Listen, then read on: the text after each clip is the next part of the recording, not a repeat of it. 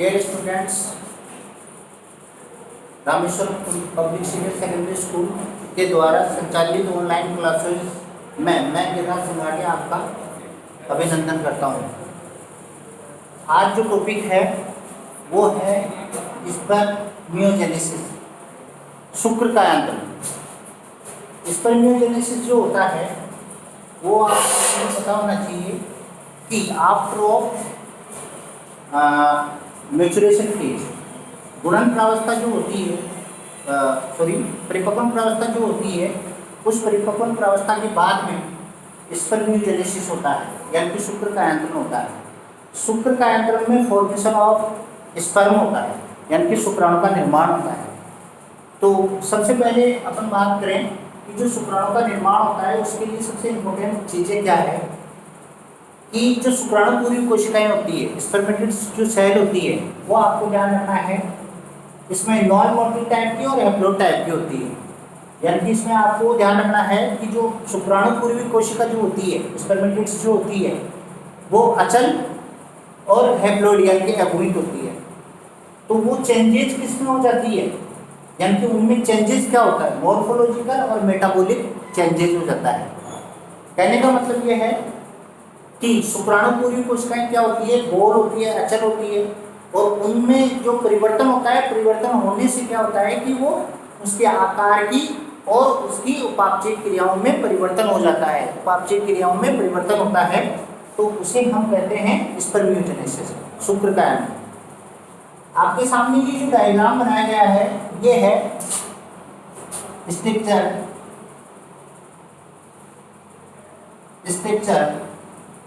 Of sperm.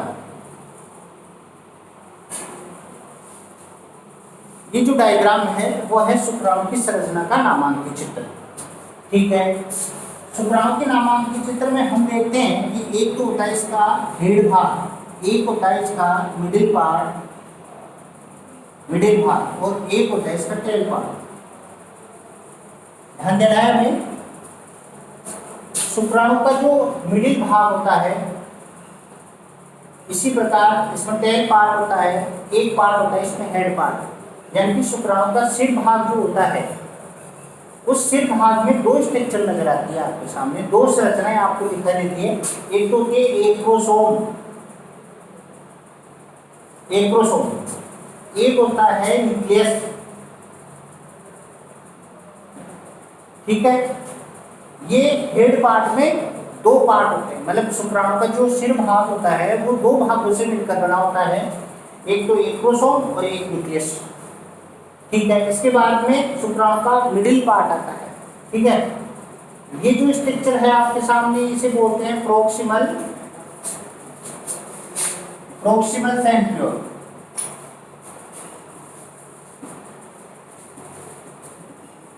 Proximal centriole, इससे बोलते हैं समीपस्थ तारक केंद्र। ये समीपस्थ तारक केंद्र है। समीपस्थ तारक केंद्र इसलिए बोलते हैं क्योंकि ये केंद्र के पास में होता है, प्रोक्सिमल सेंट्रियोल यानी कि समीपस्थ तारक केंद्र। ठीक है, इसके बाद में यहाँ डिस्टल सेंट्रियोल, इसे बोलते हैं दूरस्थ तारक केंद्र। डिस्टल सेंट्रियोल जो होता है दूरस्थ तारक केंद्र बोलते हैं। ठीक है, इसके बाद में आपको ध्यान रखना है कि ये शुक्राणु का जो ये मिडिल पार्ट होता है, इस मिडिल पार्ट के अंदर ये रिबन शेप यानी कि फीतानुमा आकृति है। देखो ये रिबन शेप स्ट्रक्चर है, तो इसे क्या बोलते हैं,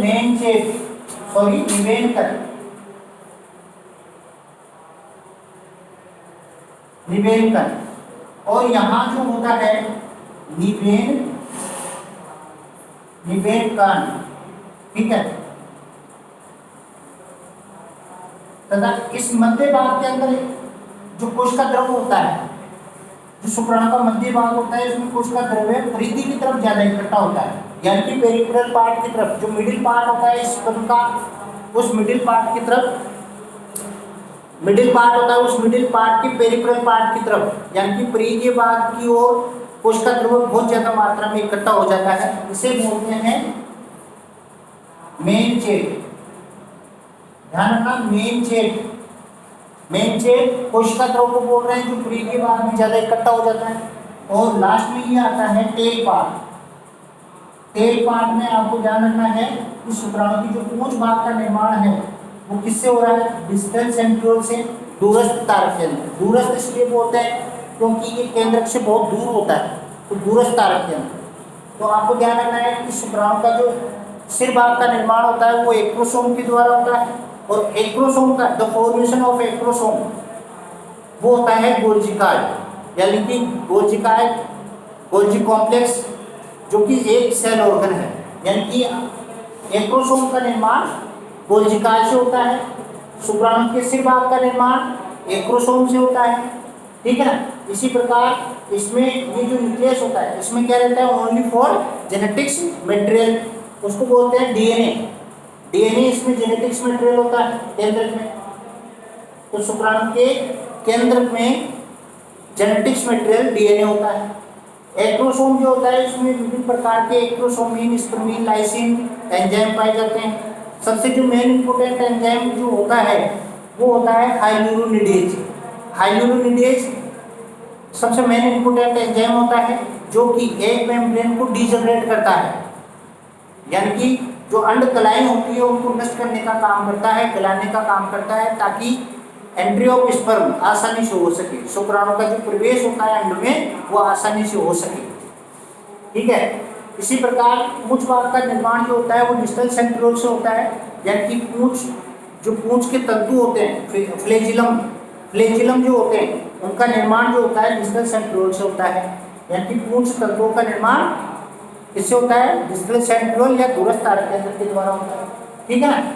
ये जो स्ट्रक्चर होती है ये स्ट्रक्चर ऑफ स्पर्म है, यानी कि कंप्लीट स्ट्रक्चर है, यानी कि शुक्राणु की जो है संपूर्ण संरचना का डायग्राम आपके सामने है, और मैंने इसको जो है आइडेंटिफाई भी कर दिया है। अब आगे देखते हैं। तो अपना जो मेन पॉइंट चल रहा था वो चल रहा था स्पर्मियोजेनेसिस। स्पर्मियोजेनेसिस का मतलब क्या हुआ, शुक्राणु का जो है निर्माण। तो इससे पहले हमने क्या पढ़ लिया, स्ट्रक्चर ऑफ स्पर्म। अब हम लोगों को क्या पढ़ना है, देखो शुक्राणु का सिर भाग का निर्माण कैसे होता है, ध्यान रखना है। हम लोगों को क्या पढ़ना है, स्पर्मियोजेनेसिस पढ़ना है, शुक्राणु का निर्माण पढ़ना है। तो शुक्राणु के निर्माण में सबसे पहले हेड भाग कैसे बना, मिडिल भाग कैसे बना और टेल भाग कैसे बना, यानी कि हेड रीजन, मिडिल रीजन और टेल रीजन, इनका फॉर्मेशन कैसे होता है, फिर कंप्लीट स्पर्म हो जाएगा। तो सबसे पहले हम स्पर्मियोजेनेसिस में पहला पॉइंट ले रहे हैं, फॉर्मेशन ऑफ हेड रीजन, शुक्राणु का शीर्ष भाग का निर्माण।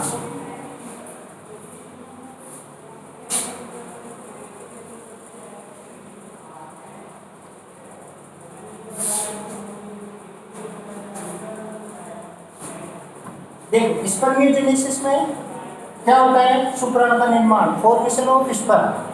तो शुक्राणु में सबसे पहले आपने स्ट्रक्चर में पढ़ा था, स्ट्रक्चर में क्या पढ़ा कि शुक्राणु के शीर्ष भाग में सबसे पहले आता है फॉर्मेशन ऑफ हेड रीजन।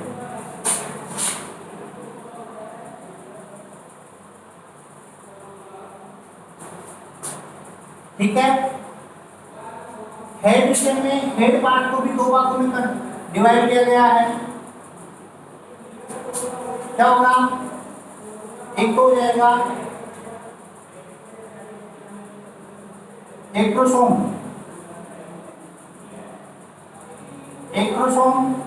और एक हो जाएगा न्यूक्लियस।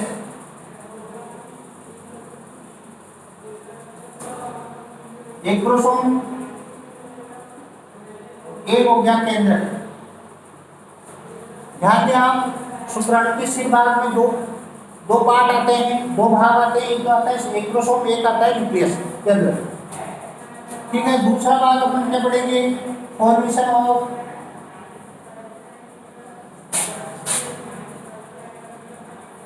Middle reason. दूसरा क्या पढ़ेंगे, शुक्राणु के मध्य भाग का निर्माण। और तीसरा आ जाएगा, थर्ड पॉइंट है फॉर्मेशन ऑफ टेल, शुक्राणु की पूंछ भाग का निर्माण। ये तीन पॉइंट अपन स्पर्मियोजेनेसिस में पढ़ेंगे। तो पहला पॉइंट हमारा स्टार्ट होता है फॉर्मेशन ऑफ हेड रीजन। देखते हैं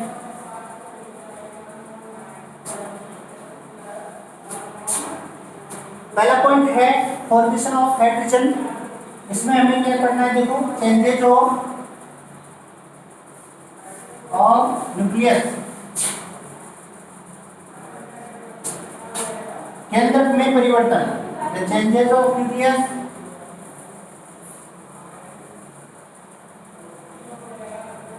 ठीक है। दूसरा पढ़ेंगे इसमें फॉर्मेशन ऑफ इलेक्ट्रोसोम,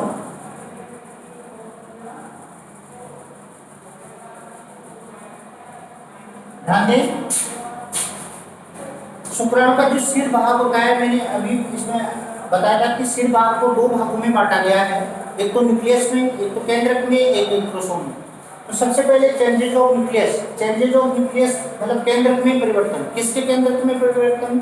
स्पर्मेटिड्स जो सेल होती है उसके न्यूक्लियस में चेंजेज होगा, तो फिर इलेक्ट्रोसोम न्यूक्लियस बनेगा, ठीक है। इसके बाद में फॉर्मेशन ऑफ इलेक्ट्रोसोम यानी कि इलेक्ट्रोसोम का निर्माण। तो चेंजेज ऑफ पहला पॉइंट क्या पढ़ेंगे अपन? चेंजेज ऑफ न्यूक्लियस, केंद्रक में परिवर्तन।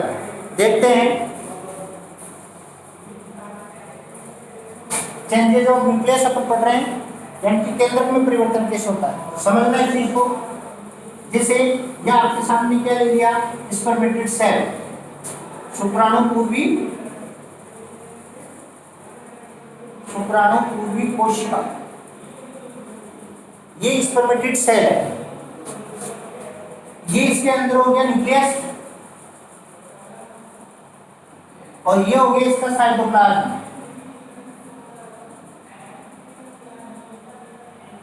देखते हैं सबसे पहले आपको ध्यान रखना है, शुक्राणु पूर्वी जो कोशिकाएं होती है, जो हमारे पास स्पर्मेटोजेनेसिस में 4 शुक्राणु पूर्वी कोशिकाएं बनी थी, 4 स्पर्मेटिड्स बनी थी। उन 4 में से एक स्पर्मेटिड्स में चेंजेज होगा तो same to same other spermatids में भी चेंजेज होगा।